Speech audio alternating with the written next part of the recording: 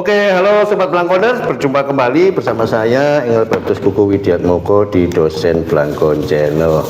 Pada kesempatan ini Dosen Blangkon kedatangan tamu yang luar biasa.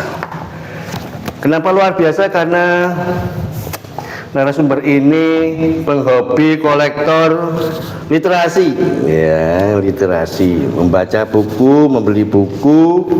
Oke, saya memanggilnya apa ini? Teman sahabat Mas Suri. Salam sehat Mas Suri. Salam Pak Kuku, salam sehat. Oke. Teman saya ini Mas Suri ini baru baru mengambil buku kiriman. Buku yang baru dia pesan. Kiriman. Oke. Buku koleksi baru Pak Kuku. Ya. Disapa dulu Mas Suri, teman-teman Sobat Blangkoners. Oke, selamat pagi teman-teman Blangkon. Kita jumpa kembali. Ya. Oke, kita akan berbicara perbukuan, Mas Suri. Oke, teman-teman saya yang bertanya, Mas Suri ini penggemar buku, koleksinya buku di rumahnya itu bukan hampir ya, satu kamar khusus mengkoleksi tentang buku-buku yang dia senangi dan dia konsentrasi. Oke, Mas Suri kenapa sih kok Anda itu suka beli-beli buku dan mengkoleksi? Apa penyebabnya, Mas Suri? Ya, suka saja Pak. Suka saja. Apa yang membuat suka dibandingkan koleksi sepatu atau jam tangan atau baju atau apa begitu? Apa kelebihan dari koleksi buku, membaca buku Mas Suri? Apa ya Pak Kuku ya? Saya kok juga bingung ya. Karena kecintaan saya kepada buku itu tak beralasan sebenarnya Pak Kuku. Ya cinta saja, suka baca buku. Cinta saja. Ya kalau ditanyakan alasannya panjang. Panjang. Pendeknya yang sedang aja, Ya pendeknya yang paling simpel, ingin menghilangkan kebodohan. Oh, menghilangkan kebodohan. Memangnya dengan membaca buku kebodohan akan hilang Mas? Itu salah satunya. Mengapa dengan membaca itu akhirnya bisa mengurangi kebodohan? Karena dengan kita baca buku, kita akan menambah wawasan kita, gitu kan? Di tengah serbuan hoax lewat media sosial yang sudah bisa hampir katakan tidak bisa kita bendung lagi ya buku. Hoax menyebar di mana-mana, maka kuncinya untuk membendung atau menangkis informasi yang bersifat hoax adalah kita harus memperkaya ilmu pengetahuan dari buku. Oke. Ya begitu. Itu salah satu alasan. Salah satu alasan. Iya. Salah duanya apa? Salah duanya apa? Salah duanya ya banyak lah. Nanti kita lanjut diskusi lagi. Oke. Hari ini saya baru kedatangan buku paket baru. Apa Mas? Dengan beraneka ragam tema. Mulai dengan tema yang bersifat historis, sejarah, yaitu tentang sejarah Nabi Agung Muhammad Sallallahu Alaihi Wasallam. Ini Pak Kuku, sebuah biografi kritis yang ditulis oleh Karen Armstrong.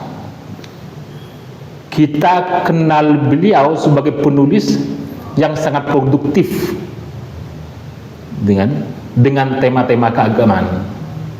Dengan tema keagamaan tidak hanya tentang Islam Pak Kuku, namun juga semua agama mulai dari Kristen, kemudian Buddha dan lain-lainnya sudah banyak dilahirkan lewat karya-karyanya Karen Armstrong ini.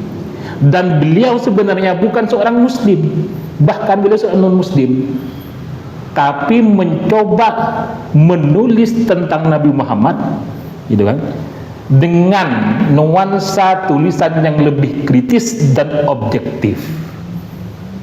Di tengah, gitu kan, banyak orang orientalis yang mencoba menulis tentang Islam, terutama tentang Nabi Agung Muhammad SAW, gitu kan, yang memiliki motif tidak jujur sebenarnya di belakang.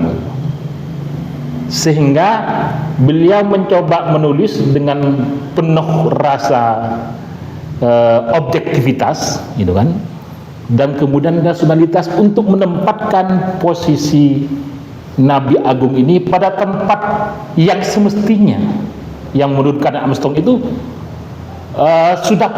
bukan sudah, memang selayaknya dan pantas Nabi Muhammad ditempatkan dalam posisi yang agung. Jadi ini salah satu buku yang mencoba menangkis dan menetralisir, gitu kan, Islamofobia di Barat. Sehingga, gitu kan, harapannya salah satunya tidak ada lagi, gitu kan, tidak ada lagi dogma atau doktrin untuk saling, gitu kan, menghakimi satu sama lain, apalagi berbicara persoalan keyakinan adalah urusan yang sifatnya sangat eksklusif, eksklusif ya Bu ya, sangat mempribadi. Maka karena Nostrum mencoba mengangkat tema tentang ini dalam posisi yang lebih jujur dan objektif tentang Nabi Muhammad. Yang lain banyak, ada buku karyanya Gus Dur. Siapa yang nggak kenal beliau? Kita sebagai bangsa Indonesia pasti kenal beliau. Juga mantan Presiden Republik Indonesia. Beliau menulis tentang buku menggerakkan tradisi. Tentunya buku ini tidak lepas dari latar belakang beliau sebagai orang NU, Pak Gugu, di mana NU itu terkenal dengan gerakan merawat tradisi, gitu kan? Kalau dalam kaidah fikihnya, merawat tradisi yang baik, melanjutkan tradisi yang baik, gitu kan? Dan mengambil tradisi baru yang baik. Nah, ini beliau mencoba menulis tentang itu. Oke, buku berikutnya Mas. Tambah ada beberapa buku ini. Berikutnya banyak buku. Saya hampir sebulan minimal 10 buku, Pak Guru. Itu minimal. Menambah koleksi baru. Jangankan sebulan, saya beberapa kali bertemu itu minimal. Jadi minimal. Mesti kedatangan paket yang datang itu minimal 5 buku, teman-teman. Luar biasa Sobat Blangkoners Mas Suri ini. Dan ini bagi saya sebuah keajaiban, Bro. Kenapa? Ini keajaibannya di mana? Bagi orang buku ya keajaibannya gini, Bro. Jadi saya ini kan orang biasa, Bro. Ya bukan orang beruang kan, bukan orang berduit, gitu kan. Tapi saya meyakini Pak Guru, gitu kan, bahwa jalan kita menuntut ilmu pengetahuan pasti akan mendapatkan jalan. Meskipun kita tentunya mendapatkan kesulitan-kesulitan, misalnya kesulitan keuangan, contoh kesulitan keuangan misalnya Bu, ya. Gitu kan.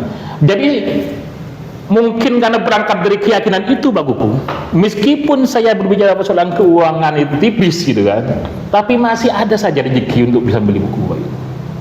Itulah salah satu keajaiban ilmu pengetahuan dulu. Bisa enggak sedikit dirasionalisasi atau berdasarkan pengalaman Mas Suri tentang itu, antara keuangan menipis, lalu hobi koleksi, lalu juga mendapatkan keajaiban. Ini sebuah keyakinan yang sangat sulit untuk dinalar dulu. Dinalar versinya Mas Suri aja lah, enggak apa-apa. Kalau nalar versi saya Bu, sangat sederhana. Bahwa saya pribadi ya, sebagai seorang muslim itu sudah jelas bahwa kami sebagai muslim gitu kan diajarkan untuk menuntut ilmu sepanjang hayat, dan barang siapa yang ingin menuntut ilmu pasti Tuhan akan memberikan jalan kepadanya. Contoh gitu kan. Contoh ini Pak Hugo, saya beli buku meskipun secara logika manusia pada umumnya mungkin tidak mampu karena pendapatan yang ya tidak seberapa lah, cukup hanya dimakan sehari-hari, tapi Tuhan selalu saja memberikan jalan rezeki lewat jalur-jalur yang lain loh. Yang kadang tidak sempat kita pikirkan rezeki itu dari mana, ini datang. Saya ngoleksi buku Pak Buku itu mulai semester 2. Mulai semester 2 berarti sejak kuliah? Sejak kuliah. Sejak kuliah S1? Sejak kuliah S1. Oh, meskipun sebenarnya mulai SD saya sudah minat baca buku, ya sudah punya. Tapi semenjak kuliah, minat baca buku saya itu makin menjadi Pak. Mulai semester 2, kalau dihitung-hitung Pak Buku, gitu kan. Saya ngoleksi buku mulai semester 2 sampai lulus, itu tak coba hitung Pak Buku, hampir 25 juta. Keuangannya. Iya. Padahal Bu, saya semasa kuliah, gitu kan, hanya dikirim oleh orang tua seberapa Bu, gitu kan, cukup untuk dimakan Bu. Dan bahkan sempat ada cerita menarik, unik lah bagi saya. Jadi saya sempat 2 semester Pak Gugu, gitu kan. Karena pada 2 semester itu saya gila-gilanya baca buku Pak Gugu. Kalau nggak salah semester 5, 6 Pak Gugu, atau 6, 7 Pak Gugu, gitu kan. 2 semester itu gila-gilanya baca buku, kemudian banyak buku-buku baru yang bagus, gitu kan, yang cetak ulang, gitu kan. Saya hampir 2 semester hanya makan sehari 1 kali Bu. Selebihnya uang makan itu tak boleh buku. Dan sekali. Iya, dan bahkan buku, gitu kan. Sempat ada buku bagus dan menarik, gitu kan. Pas saya gak punya uang, Magicom saya tak jual. Magicom buat masak tak jual, bayangkan Bu, gitu kan. Jadi Magicom saya jual, gitu kan. Macam-macam lah tak jual itu. Pernah saya jual aku dulu pas masih populernya Maher Zain. Kan terkenal dengan topinya Maher Zain kan, topi itu kan. Saya beli topi itu, saya beli 35 kalau nggak salah buku. Loh, suatu saat saya butuh uang buku, ada buku baru, gitu kan. Loh, saya cuma punya barang yang bisa dijual topi. Topi itu kalau nggak salah sudah saya pakai 1 bulan buku. Saya beli 35, laku berapa buku? Laku 50, bayangkan. Bukan rugi, malah beruntung. Itulah, gitu kan, salah satu bentuk keajaiban jalan Tuhan yang diberikan kepada umatnya ketika umatnya ingin menuntut ilmu pengetahuan. Maka barang siapa yang menuntut ilmu pengetahuan, memperkaya diri, ingin memperkaya diri dengan wawasan, maka jangan sekali-kali ragu kepada Tuhan bahwa Tuhan akan memberikan jalan kepadanya untuk mencapai itu, kepada siapapun. Itu pesan saya Pak. Ya begitu. Ya ini masih banyak buku-buku yang lain Pak. Ini ada buku menarik Pak. Ini saya dapat buku karyanya Imam Al-Ghazali. Buku langka itu? Bukan buku langka Bu. Tapi ini buku yang apa ya? Yang dianggap lah mungkin ya, sadis bagi penguasa lah. Karena judulnya buku Nasihat bagi seorang penguasa. Biar seorang penguasa itu menjadi seorang penguasa yang bijaksana, menjadi seorang pemimpin yang mampu mengayomi semua rakyatnya, bukan menjadi penguasa yang zalim dan menindas kepada dia. Ini ada pesan-pesan moral yang ingin disampaikan oleh beliau kepada seorang pemimpin. Ini menarik untuk kita kaji. Di tengah kondisi hari ini, bangsa Indonesia lagi kontestasi pemilihan umum untuk mencari leader pemimpin masa depan. Ini menarik. Jangan sampai kita salah memilih pemimpin yang nanti akan memimpin kita, namun pemimpin yang zalim. Itu bahaya. Maka perlu ini kita baca buku, dan perlu kita wajib kontekstualisasikan dengan kondisi bangsa kita. Ini nasihat bagi seorang pemimpin. Ya. Selanjutnya Pak Kuku, ada buku menarik juga buku. Ini luar biasa ya, ada buku, ini buku baru Bapak ya, yang sudah saya sebutkan tadi 1, 2, 3. Ini masih ada banyak yang lain. Yang kedua adalah Negara Hukum Indonesia buku. Oke. Ini karyanya Profesor Azhari. Siapa beliau itu? Beliau pakar hukum di Indonesia. Beliau nulis tentang negara hukum Indonesia. Kita masih relevan dengan kondisi sangat relevan dan penting Pak Ugo. Apalagi di tengah pergulakan kekinian, gitu kan, yang kita saksikan bersama, seakan-akan, bukan hanya seakan-akan Bu, gitu kan, kelihatan bahwa kekuasaan mendominasi di atas hukum Pak Bu. Semestinya kan hukum jadi panglima Bu. Maka ini penting untuk kita kaji ulang Bu, gitu kan, tentang negara hukum Indonesia, bahwa negara kita jelas di dalam Undang-Undang Dasar adalah negara hukum Bu, bukan negara kekuasaan. Dan hari ini mungkin Pak Hugo juga merasakan bagaimana dominasi kekuasaan menguasai sistem pemerintahan dan tata negara kita. Dan ini kita harus koreksi Pak Hugo. Karena kalau ke depan dibiarkan kekuasaan merajalela dan bahkan mengangkangi hukum Pak Hugo, rusak bangsa kita Pak Hugo. Maka ini penting untuk saya beli dan untuk saya pelajari. Apalagi background saya adalah sebagai seorang hukum. Nah, Seorang sarjana hukum, bukan seorang hukum. sarjana hukum. Yang selanjutnya buku ini, ini buku ini terakhir nih buku. Ini buku terakhir nanti Jalan Rahmat itu terakhir. Closingnya aja, closing. Iya, closing. Tampaknya memang ada korelasi. Iya, ada korelasi Satu semua buku dengan buku yang lainnya. Ini buku. Ada buku lagi. Ini jadi yang saya pesan hari ini juga. Ini buku karyanya As'ad Said Ali. Pak buku tahu siapa beliau? Siapa itu? Beliau ini mantan wakil BIN, Badan Intelijen Negara. Beliau nulis tentang pergolakan di jantung tradisi NU yang saya amati. Wah, Beliau relevan juga dengan situasi. relevansi dengan situasi sekarang itu, di mana hari ini ya, dalam kontestasi pemilihan umum pilpres maupun pemilihan legislatif gitu kan, NU kan selalu di bawah-bawah, Ya. gitu kan. Tarik-tarik lah. Iya, ditarik ke kanan, ke kiri, ke tengah, ke atas, ke bawah. Maka penting untuk memahami pergolakan di jantung NU. Karena NU tidak bisa juga lari dari kenyataan, gitu kan, bahwa berbicara persoalan pemilu itu pasti harus dilewati, kan gitu. Ya, karena NU berada di ruang sosial, bukan di ruang hampa. Iya, maka penting memahami bagaimana pergolakan dan memposisikan diri sebagai seorang NU di tengah pergolakan itu. Nah, ini penting. Terus selanjutnya apa buku? Ini saya beli bukunya Pak Muhammad Nasir. Muhammad Nasir. Salah satu tokoh bangsa kita juga. Tokoh besar itu. Ya, tokoh besar itu. Pesan perjuangan seorang bapak kepada generasi muda. Ini penting Bu. Belum dibuka segelnya Bu. Jadi saya belum tahu isi. segel. Iya, di segel Bu. Tapi ini penting Pak Bu. Percakapan antar generasi. Jadi bagaimana pesan-pesan beliau kepada generasi muda, khususnya kita ini Bu, sebagai generasi muda untuk meneruskan, melanjutkan dan merawat bangsa ini supaya tetap kokoh berdiri, gitu kan? Di atas dasar Pancasila dan Undang-Undang Dasar NKRI dan kebenekaan. Itu penting kita baca juga. Ini tentang hukum. Kalau ini tuntutan praktis tentang membuat pledoi. Wah, cocok buat Mas Uri ini yang sedang beracara. Ini khusus untuk saya, teman. Oke.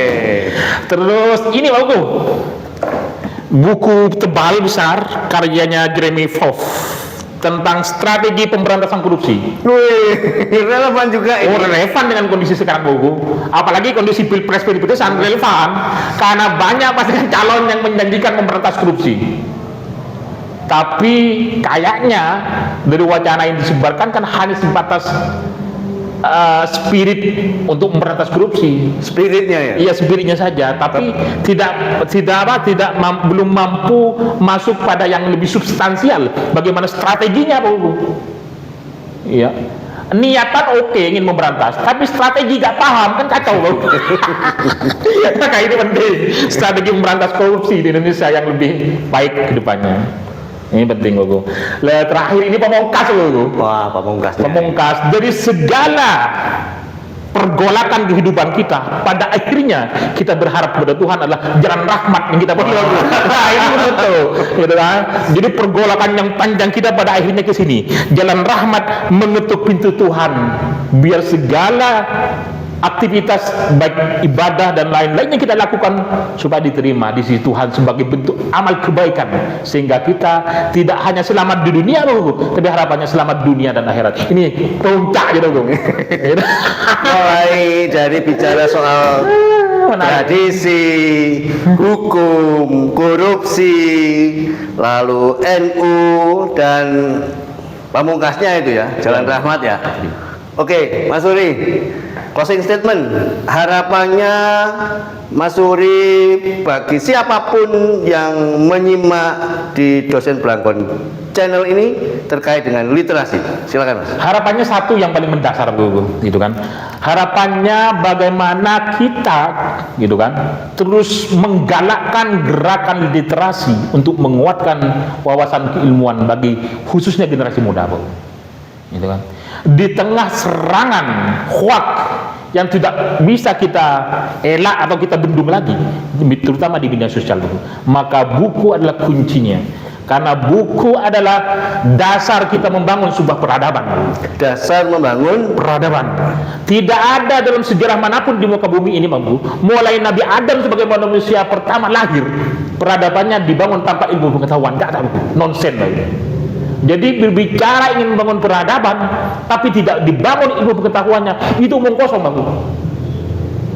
Itu hanya mimpi atau ilusi seorang yang lagi tidur. Maka generasi muda, saya pesankan jangan pernah takut gitu kan, ataupun ragu untuk menuntut ilmu pengetahuan, memperkaya ilmu pengetahuan. Jangan pernah ragu, meskipun kondisi kalian misalkan di tengah yang secara logika tidak mampu, tapi Tuhan pasti akan berikan jalan untuk mencapai tujuan itu, untuk mencapai tujuan ilmu pengetahuan. Karena sekali lagi saya tegaskan, ilmu pengetahuan adalah dasar yang paling mendasar gitu kan, di samping keimanan kepada Tuhan untuk membangun sebuah peradaban. Itu closing statement. Sebetulnya mau closing statement Mas Suri, tapi ternyata pikiran saya sedang bergerak. Oh, kita lanjutkan nanti lagi Pak Buku. Saya ingin membersihkan buku. sedikit aja. Korelasi antara ilmu pengetahuan dengan agama, Mas Suri. Oh, itu penting Pak Buku, gitu kan. Satu sisi ilmu pengetahuan rasional, satu sisi bicara agama itu bersifat personal. Ini bagaimana, Mas?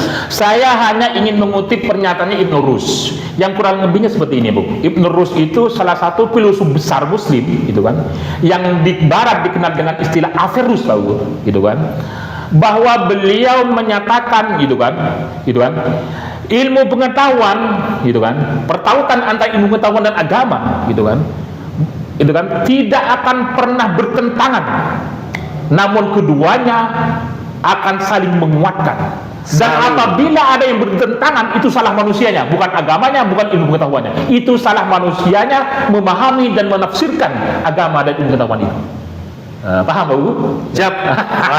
Jadi ilmu pengetahuan dengan agama saling menguatkan, saling mengkokoh. Agama membangun rohani, dengan ilmu pengetahuan membangun yang non rohani. Tapi keduanya saling menguatkan satu sama lain. Itu katanya Ibn Rus.